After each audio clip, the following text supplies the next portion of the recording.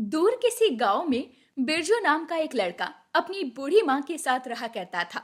बिरजू हमेशा यहाँ से वहां घूमा करता और काम धंधा नहीं करता था। इस वजह से उसकी बूढ़ी माँ उससे हमेशा परेशान रहती थी। अरे नालायक, सुबह से शाम तक घूमता रहता है, ये नहीं कि कहीं काम कर ले ताकि घर में कुछ रुपया पैसा तो आए। अरे माँ, ये आप क्या कह रही हो? मेरा जन्म काम करने के लिए नहीं हुआ है। मेरा जन्म तो किसी बड़े उद्देश्य के लिए हुआ है। अच्छा, और ये झूठ तुझे किसने कहा?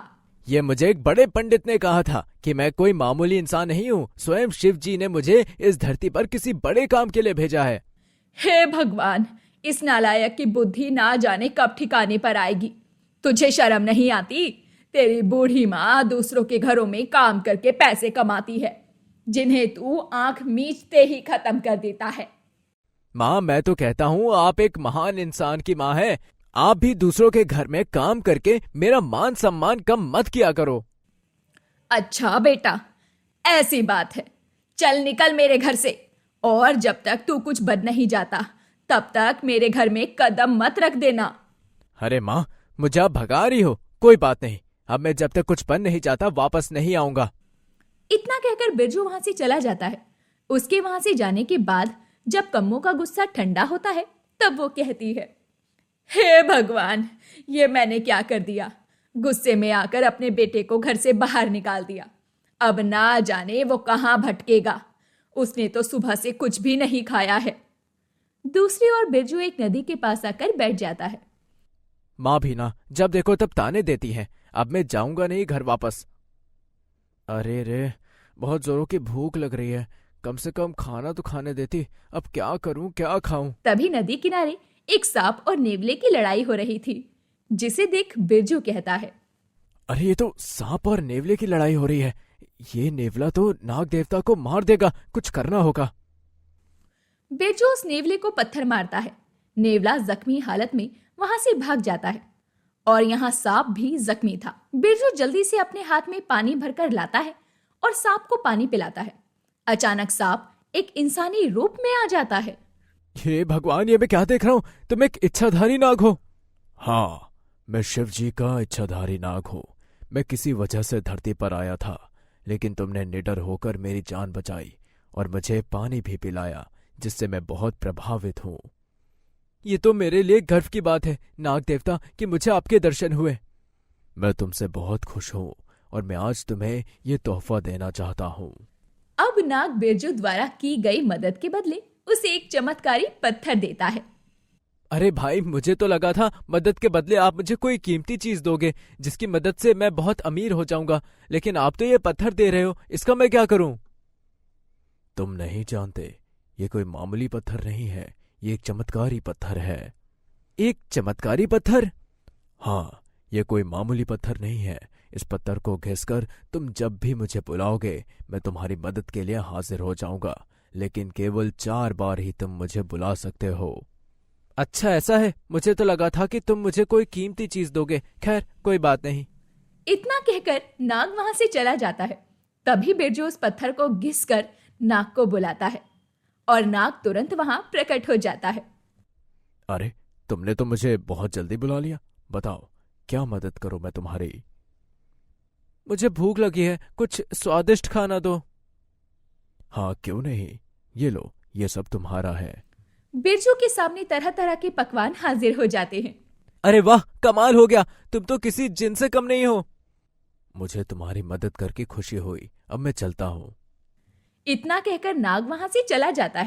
अरे वाह, ये जादुई पत्थर तो कमाल का है। अब दिखाता हूँ माँ को इसका कमाल। बिरजू अपने घर वापस आ जाता है। बेटा, तू आ गया। मैं तेरे लिए कितनी परेशान थी। हाँ माँ, और देखो मैं अपने साथ क्या लेकर आया हूँ। क्या? ये क्या? एक पत्थर? अरे नालायक, मुझे लगा कोई काम धंधा ढूंढकर कुछ पैसे लाएगा, लेकिन तू तो मेरा सर फोड़ने के लिए ये पत्थर लाया है। अरे मेरी भोली माँ, ये पत्थर मामूली नहीं, जादुई है। बड़ी काम की चीज है। रुको, मैं इसका जादू दिखाता हूँ। बिरजू फिर से उस नाग को बुलाता है। बताओ, अब तुमने मुझे क्यों याद किया है? मेरी माँ को मेरी बात पर भरोसा नहीं हो रहा था। उन्हें लगा मैं झूठ बोल रहा हूँ। हे भगवान, ये तो नाग है। वो भी इच्छाधारी नाग। कहीं ये हम दोनों को मार ना दे। माँ डरो मत, ये कुछ वक्त के लिए मेरा गुलाम है। इससे मैं जो कहूँगा वो ये करेगा। अच्छा, जिन की तरह। तो बेटा ऐसा करो, घर में कांधा, आलू, भिंडी, लहसुन खत्म हो गया है, जरा 1-1 किलो मंगवा देना। क्या माँ तुम भी ना, ये भी कोई मांगने की चीज है? कुछ बड़ा मांगो। अच्छा ठीक है, तो एक बड़ा सा कद्दू दे दो। 2 दिन हो गए हैं कद्दू की सब्जी बनाए हुए। अरे मेरी माँ तुम चुप रहो। नाग देवता, आप मुझे बहुत सारा पैसा और एक अच्छा घर दे दो ताकि हमारी ये गरीबी दूर हो जाए। हाँ जरूर, ये लो, ये सब तुम्हारा है। बिरजू के कहने पर उसका छोटा सा घर बड़ा और सुंदर हो जाता है। उसके पास पैसा ही पैसा होता है। नाग वहां से चला जाता है। हे भगवान, क्या ये कोई सपना है? मुझे तो यकीन नहीं हो रहा। मैंने कहा था ना माँ, मेरा जन्म किसी बड़े उद्देश्य के लिए हुआ है। जब मैंने उस नाग की जान बचाई तब से हम इतने अमीर हो गए। हाँ मेरे लाल, हमारी तो किस्मत ही बदल गई। इस दिन के बाद पूरे गांव में बिरजू के उस जादुई पत्थर की चर्चा शुरू हो जाती है। बिरजू अपनी 2 दुआ मांग चुका था। अरे बेटा बिरजू, इतना बड़ा घर है, अब घर में साफ सफाई कौन करेगा? मेरी तो कमर में दर्द हो जाता है। माँ आप भी अजीब हो, जब घर छोटा था तब शिकायत करती थी, अब बड़ा है तो शिकायत कर रही हो। इससे तो बोलना ही बेकार है। कम्मो बिरजू के जाने के बाद जादुई पत्थर से उस नाग को बुलाती है। बताओ आपको क्या चाहिए? ये घर बहुत बड़ा है, मैं इस घर में साफ सफाई नहीं कर पाती। क्या तुम इस घर की साफ सफाई कर दोगे? क्या सफाई? भूल गए? तुमने वचन दिया है मेरे बेटे को। हाँ याद है, अभी करता हूँ। नाग कम्मो के कहने पर पूरा घर साफ कर देता है। ये मैं कहाँ फंस गया? इससे अच्छा तो मैं उस दिन मर ही जाता। कमर में दर्द हो गया है सफाई करते करते। अरे वहां गंदा है, साफ करो अच्छे से। अब बहुत हुआ, अब इसके बाद मैं इनकी कोई बात नहीं मानने वाला। नाग वहां से चला जाता है।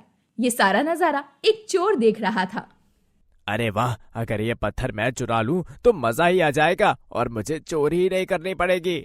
रात के अंधेरे में चोर घर में घुसकर पत्थर निकाल लेता है और जंगल में नाग को बुलाता है। हे भगवान, तुम लोगों का बहुत हो गया है। मैं नाग हूँ, नौकर नहीं जो हर वक्त हाजिर हो जाऊं। मैं अपनी नागिन के साथ था, अब तुम्हारी खैर नहीं। सांप उस पत्थर को तोड़ देता है और चोर को डस लेता है, जिससे कि चोर की मौत हो जाती है।